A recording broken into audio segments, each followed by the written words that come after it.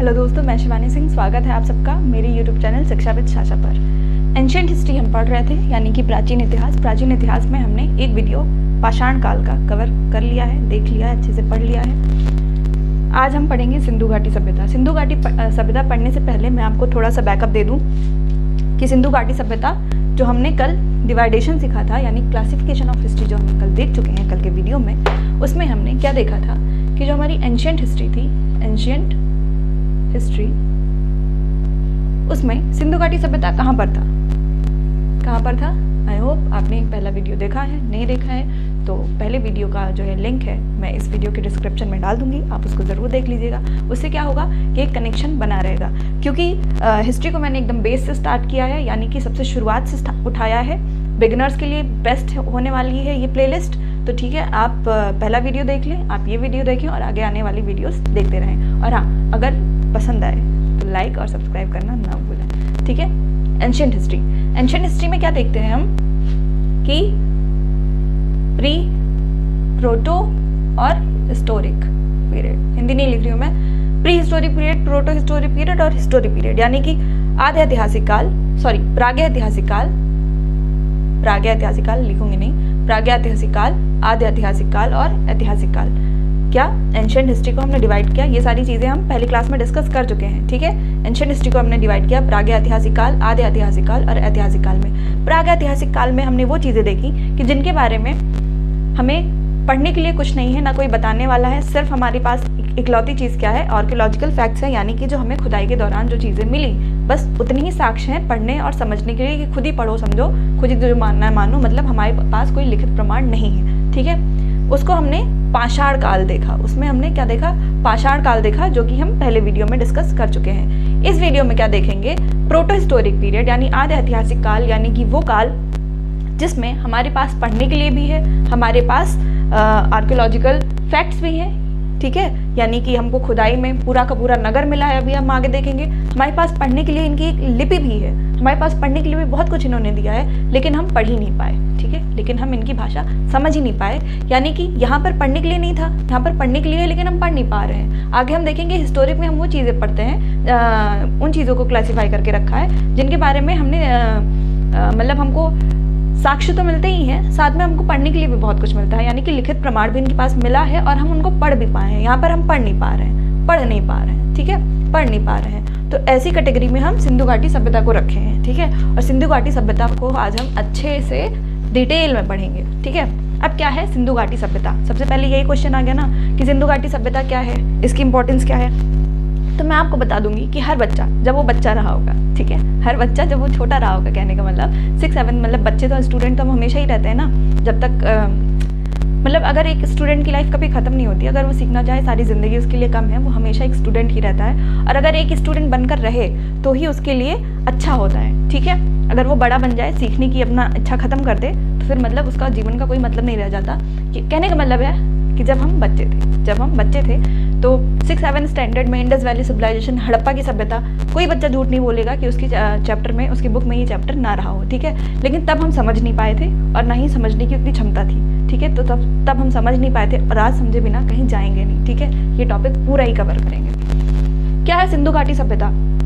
इससे पहले हम इसका थोड़ा सा इतिहास डिस्कस कर लेते हैं, ठीक है। इतिहास क्या डिस्कस करेंगे कि इंडिया में अगर देखा जाए तो हम सबसे पुरानी सभ्यता किसको मानते थे, ठीक है। सबसे पुरानी सभ्यता, यानी कि जब ये अस्तित्व में नहीं आया था, सिंधु घाटी सभ्यता हमको बहुत लेट में पता चलता है, ठीक है। इंडिया में हर काम लेट हो रहा होता है, ये भी लेट ही होगा, ठीक है। सबसे पुरानी सभ्यता हम किसको मानते थे? वैदिक सभ्यता को, ठीक है। वैदिक सभ्यता हम ये मान के चल रहे थे कि ये सबसे पुरानी सभ्यता थी। और ये कब से की सभ्यता थी? 1500 लेकर 600 की सभ्यता थी। 1500 BC से लेकर 600 BC तक की सभ्यता थी। यहाँ तक की चीज़ें आपको दिख रही होंगी, शायद नहीं दिख रही होंगी तो मैं बोल रही हूँ। वैदिक सभ्यता 1500 से लेकर 1500 BC से लेकर 600 BC तक की सभ्यता थी, जिसमें ऋग वैदिक और उत्तर वैदिक दोनों काल आ जाते हैं, ठीक है। इसी को हम सबसे पुरानी सभ्यता मानकर चल रहे थे, यानी हम यही मान के चल रहे थे कि आर्य भारत आए, कुटिया बनाकर रहने लगे, झोपड़ियों में रहने लगे, हरे कृष्ण हरे राम करने लगे। यही हमारा सबसे पुराना इतिहास है, यही हमारी सबसे पुरानी सभ्यता है मानव की, जो मानव ने मतलब कि आप देखेंगे पाषाण काल से मानव ग्रो होकर आगे बढ़ता है। तो हम सोचते हैं कि वैदिक सभ्यता यानी कि वो वो जब एक समाज में रहने लगता है तो समाज को हम सोचते हैं कि ये वैदिक सभ्यता के रूप में हमारा सबसे पुराना इतिहास है, ठीक है। बस अभी इससे पहले की जानकारी हमारे पास नहीं थी, लेकिन जब हमारे पास यहाँ ये झोपड़ी वाला इतिहास था, वहीं पर कुछ और देशों के पास बहुत एडवांस फॉर्म का इतिहास था, ठीक है। वो इस पर बड़ा प्राउड होते थे और हमारी ठिल्ली लेते थे, ठीक है, कि अरे तुम्हारा इतिहास तो ये वैदिक सभ्यता वाला है, हमारे पास देखो जैसे कि मेसोपोटामिया की सभ्यता, चीन की सभ्यता, मिस्र की सभ्यता। यहाँ पे क्या हो रहा था कि यहाँ पे लोग इतने एडवांस फॉर्म में रह रहे थे, इतने एडवांस फॉर्म में रह रहे थे कि आप सोच भी नहीं सकते। मतलब उतने एडवांस फॉर्म में हम अब रहना स्टार्ट कर रहे हैं, ठीक है। मतलब कि अभी भी हमारी सोच जो है उनकी जितनी एडवांस नहीं हो पाई है, इतने एडवांस लोग रह रहे थे इन सभ्यताओं में, इन देशों में, ठीक है। तो ये लोग अपने ऊपर बड़ा प्राउड हो रहे थे कि भाई हमारे यहाँ का इतिहास देखो, तुम्हारे यहाँ का देखो, ठीक है।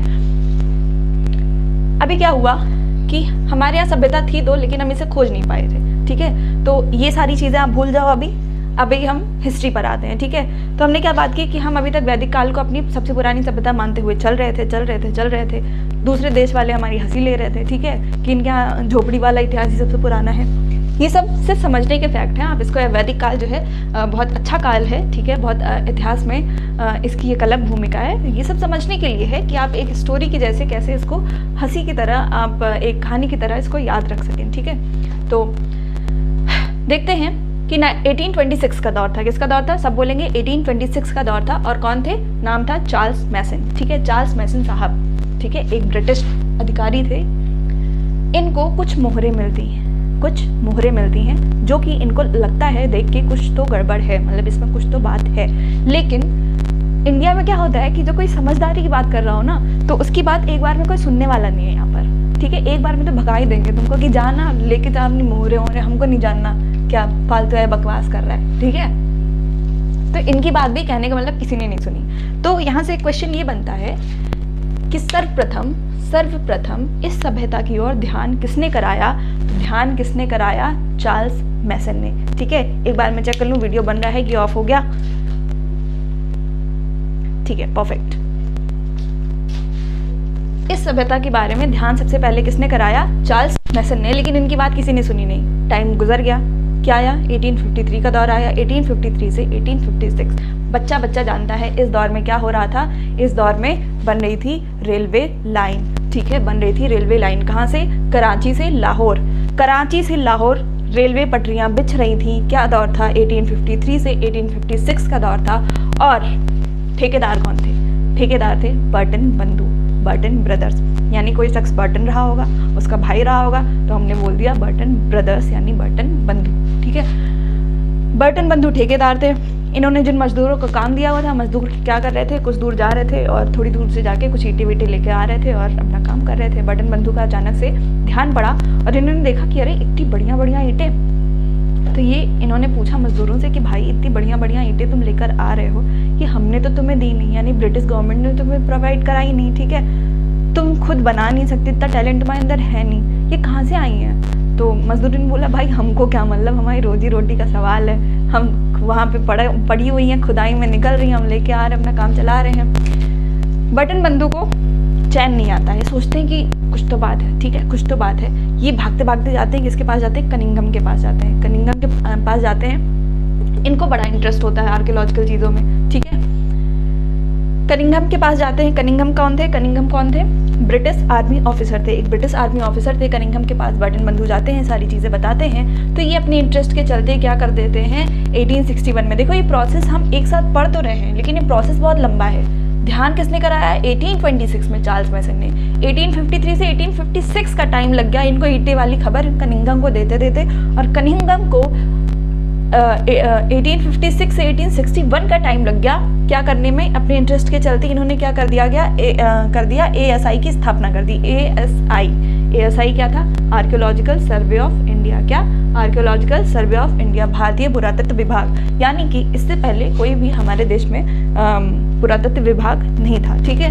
तो ये क्वेश्चन यहाँ से क्लियर हो गया कि 1861 में पुरातत्व विभाग की स्थापना हुई। भारतीय पुरातत्व विभाग की स्थापना हो गई। कब हो गई? 1861 में। 1861 में, ठीक है, भारतीय पुरातत्व विभाग की स्थापना हो गई। और ये कनिंघम साहब ये बन बैठे first director general of ASI, ठीक है, first director general of ASI, यानी कि पहले अध्यक्ष बने कौन? कनिंघम। कब बने? 1861 में। कब हुई स्थापना ASI की? 1861 में, ठीक है। कराची से रेलवे लाइन कब बिछ रही थी लाहौर तक? 1853 से 1856 का दौर था। चार्ल्स मैसन ने पहला ध्यान कब कराया? 1826 में। आपको ये चीज़ ऐसे याद होनी चाहिए, ठीक है, तभी एग्जाम में आप अच्छा स्कोर कर पाएंगे। वैसे ये चीज़ इतनी ज़्यादा है ही नहीं कि आप याद ना कर पाएँ, क्योंकि बाकी तो स्टोरी की जैसे याद हो जाएगी, बाकी तो स्टोरीज ही पढ़ लेंगे आप, ठीक है। याद तो बस उसमें से 2-3 पॉइंट्स करने हैं। फिर क्या होता है, इन्होंने भारतीय पुरातत्व विभाग की स्थापना कर दी। अब ये बहुत हाथ पैर मारते हैं, ठीक है, बहुत छटपटाते हैं कि कैसे मैं कुछ खोज लूँ, कैसे कुछ पता लगा लूँ, लेकिन इनसे कुछ हो नहीं पाता है, ठीक है, इनसे कुछ हो नहीं पाता है। ये चले जाते हैं, टाइम गुजरता चला जाता है। 1861 से क्या टाइम आ जाता है? 1921, ठीक है। क्या टाइम आता है? 1921। और एक शख्स नाम रट लो, जॉन मार्शल, ठीक है। जॉन मार्शल कौन थे? इस ASI की, भारतीय पुरातत्व विभाग की जो है अध्यक्षता अब कौन कर रहे थे? जॉन मार्शल कर रहे थे। इन्होंने एक सहयोगी लिया। सहयोगी कौन थे इनके? दयाराम साहनी, जो कि पूरी तरह से भारतीय थे। अभी तक के लोग क्या थे? ब्रिटिश थे। बटन बंधु, कनिंघम, जॉन मार्शल सब ब्रिटिश। ये कौन थे? पूरी तरह से भारतीय था। और ये पूरी तरह से भारतीय जब इनका सहयोग देते हैं जॉन मार्शल का, तो 1921, ये ईयर याद कर लो, 1921 में ये पूरा एक नगर खोज मारते हैं जिसका नाम है हड़प्पा नगर, ठीक है। नाम क्लियर हुआ? जॉन मार्शल की अध्यक्षता में ASI के जॉन मार्शल जो अध्यक्ष थे 1921 में, दयाराम साहनी की हेल्प से, उनके मार्गदर्शन में, उनके सहायता से पूरा नगर खोज लेते हैं हड़प्पा। तो यानी दयाराम साहनी ने हड़प्पा नाम दिया, हड़प्पा नगर की खोज की इन्होंने। फिर जॉन मार्शल ने बोला, भाई तुमने हड़प्पा नगर खोज लिया, ठीक है, तुमने हड़प्पा नगर खोज लिया, तो मैं भी तो कुछ क्रेडिट लूँगा ना। मेरा तो ऐसे ही फिर पता चला कि लोग कहेंगे कि हाँ भाई ये अध्यक्ष थे, सारा काम दयाराम साहनी ने किया। तो इन्होंने क्या किया? नामकरण किया। इन्होंने नामकरण किया, किसका किया? इंडस वैली सिविलाइजेशन का नाम दिया सिंधु घाटी सभ्यता, यानी कि इंडस वैली सिविलाइजेशन। क्यों नाम दिया? क्योंकि ये जो पूरी सभ्यता थी ये कहाँ पनप रही थी, यानी ये जो नगर हमें मिल रहे थे, ये अधिकतर किस नदी के किनारे मिल रहे थे? सिंधु नदी के किनारे, सिंधु नदी के किनारे। इसीलिए इसको नाम दिया गया सिंधु घाटी सभ्यता, इंडस वैली सिविलाइजेशन। नाम किसने दिया? जॉन मार्शल ने। हड़प्पा की खोज किसने की? दयाराम साहनी ने। कब की? 1921 में। इसी की ऑनर में इसको हड़प्पा सभ्यता भी कहा जाता है। फॉर एग्जाम्पल कि घर में कोई बड़ा बेटा होता है, बड़ा बेटा के नाम से ही, मैंने जो बड़े बेटे का नाम होता है ना, उसी के नाम से हम माँ पापा का नाम लेते हैं, ठीक है ना। जैसे फलाने की माँ, ठीक है, तो राजू की मम्मी, राजू के पापा, ठीक है, राजू बुरा नहीं मानेंगे कोई, जो भी होंगे। तो हड़प्पा नगर के ऑनर में इसको हड़प्पा की सभ्यता भी कहा गया, ठीक है। इंडस वैली सिविलाइजेशन नाम किसने दिया? पता चल गया आपको। हड़प्पा की सभ्यता क्यों कहा गया? पता चल गया आपको।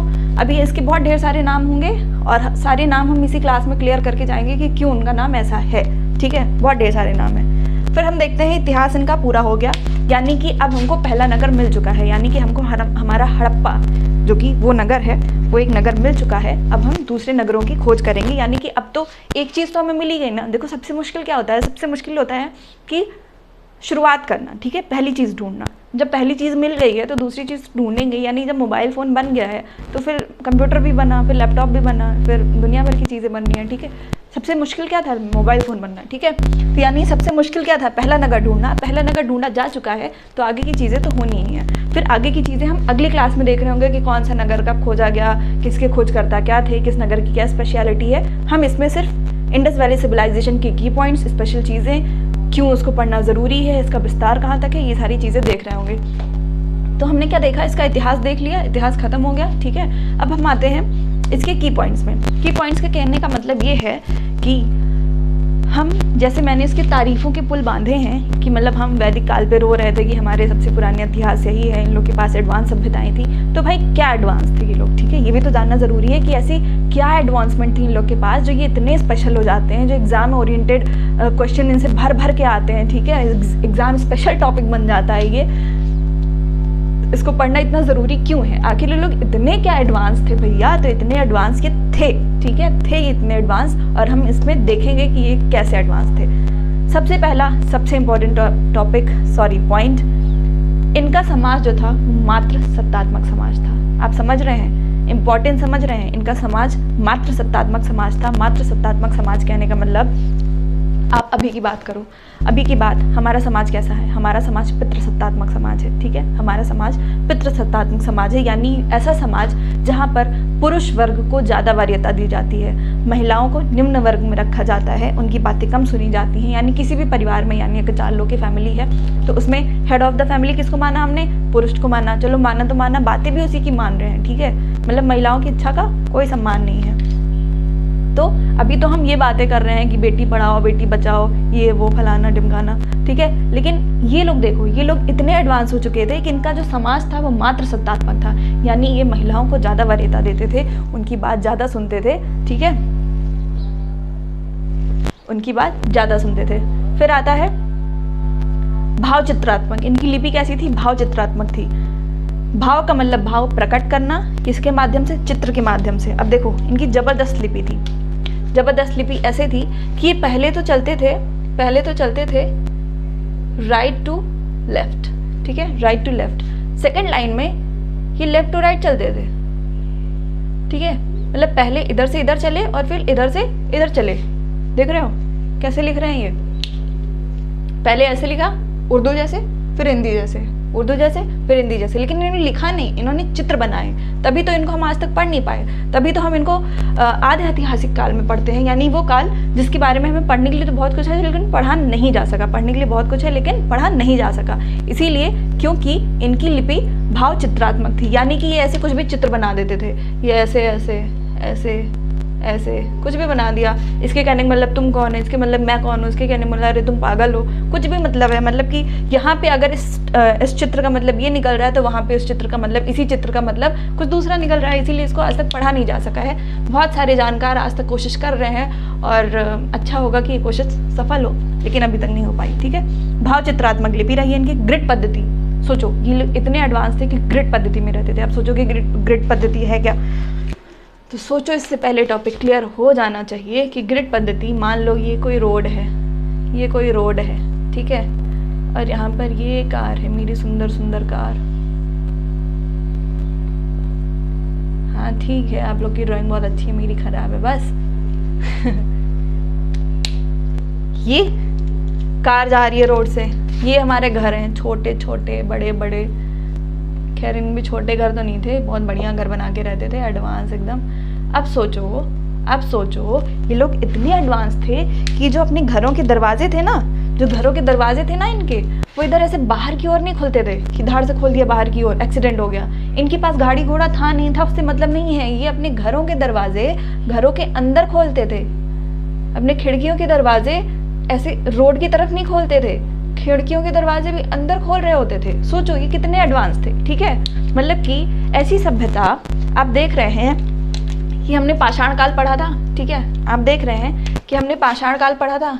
पाषाण काल में हमने देखा कि मानव दरिंदा था, जानवर था, ठीक है। फिर कैसे कैसे वो थोड़ा विकसित हो रहा है, नवपाषाण तक पहुंचा, कैसे कैसे उसने छोटे मोटे औजार बनाना शुरू किए हैं यार। और फिर वैदिक सभ्यता में हम देखते हैं, फिर इससे हम डायरेक्ट, अभी बीच का तो हमको पता नहीं था, ठीक है। और वैदिक सभ्यता में हम देखते हैं कि लोग झोपड़ियाँ बना के रह रहे हैं, ठीक है, वर्ण व्यवस्था लागू कर रहे हैं, जातिवाद कर रहे हैं। लेकिन हम देखते हैं कि बीच में कहीं इतने एडवांस फॉर्म के लोग रह रहे थे। सोचो मात्र सत्तात्मक समाज था, ठीक है, ग्रिड पद्धति में रहते थे। सोच लो ग्रिड पद्धति में रहते थे, इतनी एडवांस सोच थी उनकी, पक्के घर बना के रहते थे, झोपड़ियों में नहीं रहते थे, पक्के घर बना के रहते थे। फिर आता है मुख्यतः मातृ देवी की पूजा करते थे। भाई समाज ही मात्र सत्तात्मक था तो मातृ देवी की पूजा लाजमी है, ठीक है। धरती माँ की उपासना करते थे। सोचो आज हम लोग बोलते हैं सॉइल इरोजन, सॉइल बचाओ, धरती माँ वो पेड़ लगाओ, धरती माता को बचाओ, सॉइल इरोजन, बहुत सारी चीज़ें पढ़ रहे होते हैं, लेकिन ये लोग पहले ही धरती माता की उपासना करते थे। सोचो कितने एडवांस थे, कुछ सीखना चाहिए हमको इनसे। पुनर्जन्म में विश्वास रखते थे, पुनर्जन्म में इनका पूरा विश्वास था। उद्योग और व्यापार भी करते थे, अभी हम आगे डिस्कस करेंगे कि किन से करते थे, ठीक है। उद्योग और व्यापार भी करते थे। व्यवस्थित जल निकास भी था। व्यवस्थित जल निकास कहने के मतलब जैसे ये छोटी छोटी नालियाँ होती हैं हमारे पास, ठीक है, यहाँ पे ऐसे थोड़े से बड़े चैम्बर होते हैं सफाई करने के लिए। नाली आगे बढ़ती है, चैम्बर मिलते रहते हैं, 2-3 नाली मिल जाती हैं, बड़े नाले से मिलती हैं, और फिर ये बड़े और बड़ी होती हैं, और यहीं पे बना देती हूँ कि मतलब सारा पानी आके यहाँ पर गिरा दिया, ठीक है। ऐसी नाली हम अब बना रहे हैं, और अभी भी बना नहीं पाए हैं सारी जगहों पर, लेकिन इनके पास इनके पास व्यवस्थित जल निकास था, यानी ऐसी प्रणाली पे ये काम कर रहे थे बहुत सारे नगरों में। यानी जैसे हम धौलावीरा पढ़ेंगे, धौलावीरा में देखा गया कि जो जल निकास प्रणाली थी वो इतनी गजब की थी, इतनी गजब की थी कि आज के सिस्टम में भी ऐसी जल निकास प्रणाली नहीं देखने को मिलती है। ठीक है, फिर आता है मुख्य आधार। मुख्य आधार इनका कृषि था। सर्वप्रथम पूरे विश्व में सर्वप्रथम कपास की खेती का इतिहास कहाँ से मिलता है? सिंधु घाटी सभ्यता से मिलता है। देखो अब हम लोग भी धीरे धीरे प्राउड करेंगे। ये लोग बहुत उछल रहे थे ना मेसोपोटामिया वाले कि अरे हमारे यहाँ का इतिहास, अब हम भी देखेंगे। सर्वप्रथम पूरे विश्व में कपास की खेती का साक्ष्य कहाँ से मिलता है? इंडस वैली सिविलाइजेशन से। मापतौल, इनकी ये मापतौल में भी माहिर थे, इनकी अपनी मापतौल की प्रणाली थी, इनकी अपनी इकाइयाँ थी। ठीक है, पशुपति की पूजा करते थे, भगवान शिव की। मतलब रेडियो कार्बन पद्धति से जब पता लगाया गया, जो मूर्तियाँ मिली तो उनमें देखा गया कि ये लोग पशुपति के रूप में इनकी पूजा करते थे, भगवान शिव की। मंदिर नहीं था इनके पास। सोच देख रहे हो कितनी एडवांस है। आज हमारा देश जो है मंदिर, मस्जिद, चर्च इनमें सब में बढ़ चुका है। ठीक है, ये क्या करते थे? मातृ देवी यानी कि प्रकृति की पूजा करते थे, धरती माँ की, वृक्षों की पूजा करते थे, आप देख रहे होंगे। लेकिन मंदिर नहीं बनाया था इन्होंने, मंदिर नहीं बनाया था। कलाओं में प्रवीण थे भाई, जिसकी भाव चित्रात्मक लिपि, यानी लिपि ही भाव चित्रात्मक है, चित्र बना बना के लिपि लिख रहे हैं, तो भाई कलाओं में तो प्रवीण होना ही था। यानी हम आगे देखेंगे कि इनके नगरों में क्या गजब गजब की कलाकृतियाँ देखने को मिलती हैं। मोहरे सेलखड़ी की आगे के वीडियो में हम देख रहे होंगे, जब हम स्पेशल नगरों का टॉपिक पढ़ रहे होंगे कि सेलखड़ी क्या होती है, उनसे कैसे ये लोग मोहरे बना रहे होते हैं। 100 दफनाना और जलाना सीख चुके थे। ठीक है, ये लोग 100 दफनाना और जलाने में विश्वास रखते थे। ये लोग ममीज़ भी बनाते थे। ममीज़ बनाते थे कि शव को बढ़िया से लेट लपूट के उसको अच्छे से उसको सेव करके रखते थे कि भाई ये इंसान फिर से जन्म लेगा और अपनी बॉडी में आएगा। ठीक है, और ये दफनाने में बढ़िया इनको ऐसे दफना देते थे, इनके पसंदीदा सब सामान इधर उधर रख देते थे और बढ़िया से सब मामला फिट था इनका। शतरंज खेलते थे। बताओ आप लोग में से कितने लोग शतरंज खेलते हो? सही सही बताना। आप लोग में से कितने लोग जो भी ये वीडियो देखें वो बताएं कि आप लोग में से कितने लोग शतरंज खेलते हो। 10 में से 2, है ना। सोचो, ये लोग गिल्ली डंडा नहीं खेलते थे। ठीक है, ये लोग इतने एडवांस थे कि ये लोग शतरंज खेल रहे थे भाई साहब, शतरंज। ठीक है, तो इसीलिए ये बहुत इंपॉर्टेंट थे, इसीलिए हमको इस सिविलाइजेशन पे प्राउड होता है। जिस भी देश में ऐसी सभ्यता मिली है वो उस देश को क्या कहते हैं, 4 चांद लगा देती हैं उनके इतिहास पर। बहुत प्राउडली कहते हैं कि भाई हमारे देश में ऐसी सभ्यता थी जब मानव पाषाण काल से निकलकर पत्थरों से खेल रहा था, झोपड़ियों में रह रहा था, उसके बीच में कहीं उसके बीच में ऐसी एडवांस सभ्यता जन्म ले चुकी थी। लेकिन बस बुरा इतना ही हुआ कि इस सभ्यता का पतन हो गया। कैसे, वो हम आगे की, यानी बहुत सारे इतिहासकार बताते हैं और सबसे ज़्यादा सही भी यही है कि बाढ़ के चलते, जैसे ये सभ्यताएं नदियों के किनारे थी, बाढ़ आई होगी और इन सभ्यताओं को डुबाकर इनको धरती के नीचे दफना कर चली गई होंगी। ठीक है, तो इतिहास हमने देख लिया। ठीक है, अब हम इसका वो देखेंगे कि ये कहाँ तक फैली हुई हैं, किस किस डायरेक्शन में फैली हुई हैं, यानी कि भारत के संदर्भ में देखेंगे कि भारत में इसका विस्तार कहाँ तक है। तो हम देखेंगे उत्तर दक्षिण पूरब पश्चिम। ठीक है, उत्तर दक्षिण पूरब पश्चिम। मान लो ये हमने कोई एरो बना लिया। मैं आपको सबसे आसान तरीका बता रही हूँ कि जब भी हम ये एरो कोई बना लेते हैं फिर हम इसमें हमें बड़ी कन्फ्यूजन होती है कि भाई उत्तर किधर है, दक्षिण किधर है, नॉर्थ किधर है, साउथ किधर है।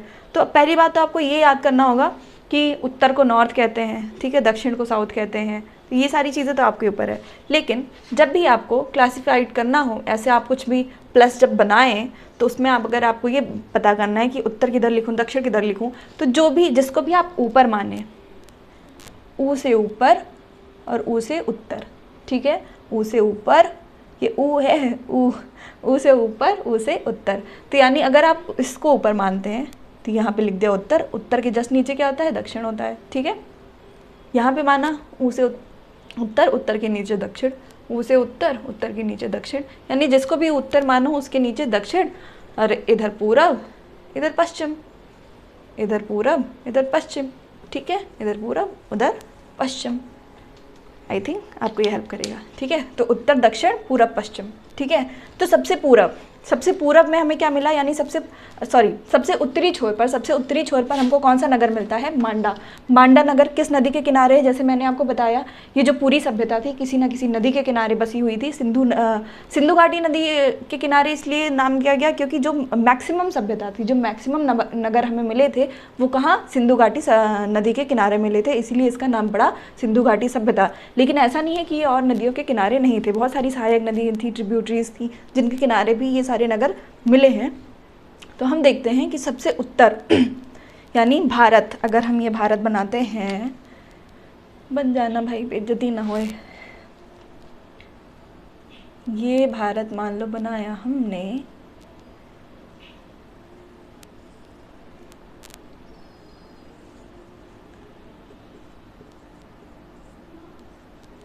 ठीक है, ये तो बना नहीं, डायरेक्टर साहब आ गए बीच में, ठीक है। मान लो ये भारत बनाते हैं तो हम देखते हैं कि यहाँ से यहाँ तक के विस्तार का हम पढ़ रहे हैं, ठीक है। तो यानी सबसे ऊपर जम्मू एंड कश्मीर में कौन हमको मिलता है, मांडा मिलता है, मांडा नगर मिलता है, ठीक है। किस नदी के किनारे है, चिनाब नदी के किनारे। सबसे नीचे आ जाते हैं, सबसे नीचे हमको मिलता है दैमाबाद, किस नदी के किनारे है, प्रवरा नदी के किनारे है, कहाँ पर है, महाराष्ट्र में। यानी कि अगर हम ऊपर की तरफ जाएं तो हमको जम्मू एंड कश्मीर तक का इतिहास मिलता है, नीचे की तरफ जब हम आते हैं तो हमें महाराष्ट्र तक का इतिहास देखने को मिलता है, ठीक है, महाराष्ट्र तक का इतिहास देखने को मिलता है। इधर पूरब की तरफ आते हैं, पूरब की तरफ बढ़ते हैं तो हमारा इतिहास उत्तर प्रदेश तक का है। उत्तर प्रदेश में भी कहाँ, मेरठ, उत्तर प्रदेश में भी मेरठ तक का इतिहास हम देखेंगे कि आलमगीरपुर, यानी सबसे उत्तर नहीं, पूरब, ठीक है, सॉरी फॉर मिस्टेक, पूरब, ठीक है, सबसे पूरब। इधर हम लोग पूर्वी है ना, हम लोग उत्तर प्रदेश वाले कहाँ हैं, पूरब में है ना, तो सबसे पूरब यानी सबसे पूर्वी छोर कौन सा है, आलमगीरपुर, किस नदी के किनारे है, हिंडन नदी के किनारे, कहाँ पर है, उत्तर प्रदेश के मेरठ में है। फिर इधर चले जाते हैं तो आप देखेंगे कि पहले पाकिस्तान भी तो अपना ही था ना, क्या पता आगे भी हो जाए, ठीक है।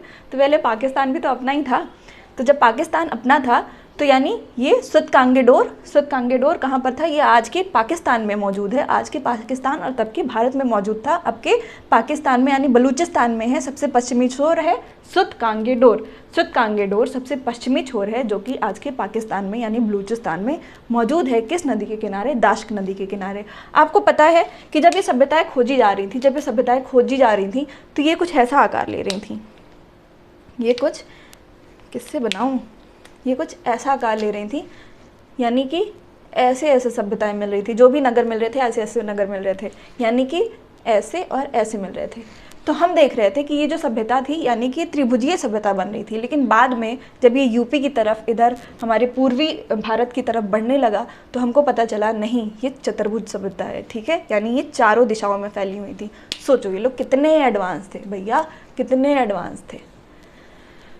तो हम लोगों ने क्या क्या बातें कर ली हैं, हम लोगों ने इंडस वैली सिविलाइजेशन का इतिहास देख लिया, हम लोगों ने इसके की पॉइंट्स देख लिए, हम लोगों ने ये देख लिया लोग कितने एडवांस थे, हम लोग देख लिए कि इनका विस्तार कहाँ कहाँ तक था।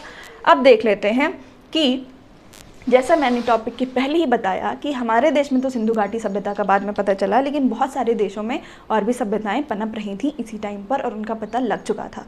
तो अगर बात ये की जाए, क्वेश्चन ये पूछा जाए कि जब सिंधु घाटी सभ्यता थी तो क्या इस धरती पर सिर्फ वही सभ्यता थी, वही लोग रहते थे और कोई नहीं रहता था? नहीं, ऐसा नहीं है, उसके समकालीन सभ्यताएं भी थी। यानी कि जब इंडिया में ये सभ्यता थी तो और देशों में कई सभ्यता थी जो आपस में व्यापार भी कर रही थी, ठीक है।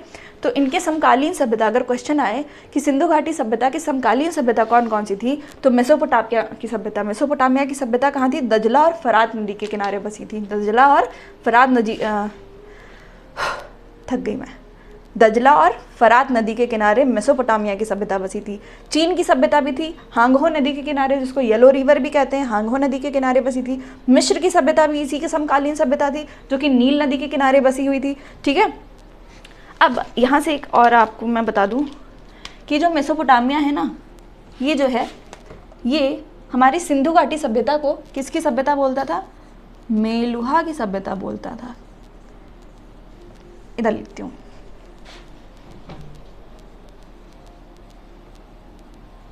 मेलुहा की सभ्यता, ठीक है। मेलुहा की सभ्यता बोलता था। क्यों बोलता था? क्योंकि मेसोपोटामिया आप देखेंगे कि जो हमारा ये उत्तरी सबसे उत्तरी छोर है, सबसे ऊपर की ओर मांडा जो कि जम्मू एंड कश्मीर में है, इतिहास में जम्मू एंड कश्मीर का पुराना नाम क्या है? मेलुहा है। पुराना नाम मेलुहा है। इसीलिए ये लोग जब सिंधु घाटी सभ्यता के साथ ये लोग जो है मतलब कि इंडस वैली सिविलाइजेशन के साथ व्यापार करते थे, तो उनको क्या नाम देते थे अपनी किताबों में, जिनके यहाँ पे जानकार जो बताते हैं उन्होंने इसको क्या बोला, इनके साथ व्यापार करने को क्या बोला? किसके साथ व्यापार करते हैं? मेलुहा की सभ्यता के साथ व्यापार करते हैं। और ये जो कपास था, जो सर्वप्रथम, हम तो जानते हैं कपास है, हम बोलते हैं ना, हम बोलते हैं सिंधु घाटी की सभ्यता, ये क्या बोलते थे? मेलुहा की सभ्यता। हम बोलते हैं कपास, ये क्या बोलते थे? सिंधु। ये क्या बोलते थे? सिंधु। कपास को ये लोग सिंधु बोलते थे। व्यापार करते होंगे तो बोलते होंगे हमको 1 किलो सिंधु चाहिए, ठीक है। अभी तो हम बोल रहे हैं सिंधु घाटी सभ्यता। तो आपको नाम क्लियर हुआ? सिंधु घाटी सभ्यता क्यों? सिंधु नदी के किनारे थी। किसने नाम दिया था? जॉन मार्शल ने। हड़प्पा की सभ्यता किसने खोजी? दयाराम साहनी ने। इनको मेलुहा की सभ्यता भी कहते हैं। क्यों कहते हैं? क्योंकि मेसोपोटामिया जब उनके साथ व्यापार करते थे, इनको ये लोग मेलुहा बुलाते थे, ठीक है। मेलुहा क्यों बुलाते थे? जम्मू एंड कश्मीर का पुराना नाम मेलुहा था। कांचयुगीन सभ्यता, कांचयुगीन, इनको ब्रॉन्ज एज की सभ्यता भी कहते हैं। ब्रॉन्ज एज, कांचयुगीन सभ्यता क्यों कहते हैं? क्योंकि आगे हम अगली क्लास में डिस्कस ये कर रहे होंगे कि कैसे ये लोग जो है तांबे का यूज़ सबसे ज़्यादा करते हैं, ठीक है। तांबे का यूज़, सॉरी कांसे का यूज़, तांबा तो वो हो जाएगा। फिर कांसे का यूज़, ब्रॉन्ज का यूज़, कांसे का यूज़ कैसे सबसे ज़्यादा करते हैं। हम देखेंगे कि कैसे हमको कांसे की नृत्यकी की मूर्तियाँ मिलती हैं, कांसे की बहुत सारी चीज़ें मिलेंगी हमको। तो यानी ये लोग जो है सबसे ज़्यादा, यानी मेजर यूज़ किसका करते थे? किस धातु का करते थे? कांसे का करते थे। इसलिए इनको कांस्ययुगीन सभ्यता भी कहते हैं, ब्रॉन्ज एज की सभ्यता भी कहते हैं। फिर हम देख रहे होंगे कि भारत में सर्वाधिक स्थल, भारत में हम देखेंगे कि जब बंटवारा हो गया तो बहुत सारे पार्ट सिंधु नदी के किनारे थे ना, और सिंधु नदी मैक्सिमम किसका पार्ट है? पाकिस्तान का पार्ट है। तो यानी मैक्सिमम पार्ट किस में जा चुका है? पाकिस्तान में जा चुका है, ठीक है। लेकिन हम देखेंगे कि भारत में सर्वाधिक स्थल किसका? सिंधु घाटी सभ्यता का सर्वाधिक स्थल भारत में कहाँ पर है? तो वो हमको मिलता है गुजरात में। जैसे हम लोथल जैसे नगरों को पढ़ रहे होंगे, ठीक है। आई होप इतना टॉपिक आपको क्लियर हो गया है। समकालीन सभ्यता हम देख चुके हैं, इतिहास देख चुके हैं। सर्वाधिक कहाँ पर पाया जाता है? गुजरात में पाया जाता है। एक टॉपिक रह गया है कि इसका समयकाल क्या था। इसका समयकाल रेडियो कार्बन पद्धति के अकॉर्डिंग, कौन सी पद्धति? रेडियो कार्बन पद्धति के अकॉर्डिंग हमने देखा, यानी जिसको हम C14 कहते हैं, ये वो पद्धति है जिसके दौरान हम जो भी कोई हमको आर्कियोलॉजिकल चीज़ें हमें मिलती हैं, खुदाई में मोहरे, कोई भी सामान, कुछ भी हमको मिलता है, जो पुरानी चीज़ें मिलता है, रेडियो कार्बन पद्धति से हम पता लगाते हैं कि वो किस दौर की हैं, कब की हैं, कितने साल पुरानी हैं। तो रेडियो कार्बन पद्धति के अकॉर्डिंग जो हमें पता चला, जो हमें डेट पता चलती है, तो मोस्ट वेरीफाइड डेट यही है कि 2350 BC से लेके 1750 BC तक, 2350 BC से लेके 1750 BC तक की बातें हम किस में कर रहे होते हैं? सिंधु घाटी सभ्यता। यानी ये सभ्यता कब से कब तक थी? 2350 से लेके 1750 BC तक। लेकिन बहुत सारी किताबें इसको बोलती हैं 2500 से लेके 1750 BC तक। तो मैं आपको बताऊं कि अगर क्वेश्चन में ये सीक्वेंस दिया है ना, ये कॉम्बिनेशन दिया है ना, तो आप कुछ देखना ही मत, सीधा ये टिक मारना, ठीक है। अगर ये कॉम्बिनेशन नहीं देखना है तब आप ये कॉम्बिनेशन देखना, और ये दोनों कॉम्बिनेशन साथ में आने के चांसेस जो है 1% है, ठीक है। ये दोनों कॉम्बिनेशन साथ में नहीं आएंगे क्योंकि तब प्रश्न विवादित हो जाएगा। लेकिन अगर ये दोनों कॉम्बिनेशन साथ में आए तो आप इन्हें मारना, अगर ये नहीं है तो इन्हें मारना, ये नहीं है तो इन्हें मारना, ठीक है। पीछे वाला सेम है। अब ये टॉपिक क्लियर हो चुका है।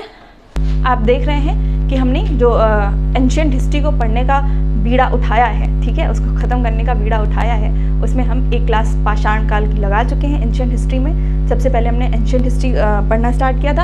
हम ऐसे पूरी हिस्ट्री पढ़ेंगे, लेकिन अभी एंशिएंट हिस्ट्री की टॉपिक हमने शुरू करी है, और एंशिएंट हिस्ट्री में हम पाषाण काल पढ़ चुके हैं। दूसरा हमारा है सिंधु घाटी सभ्यता।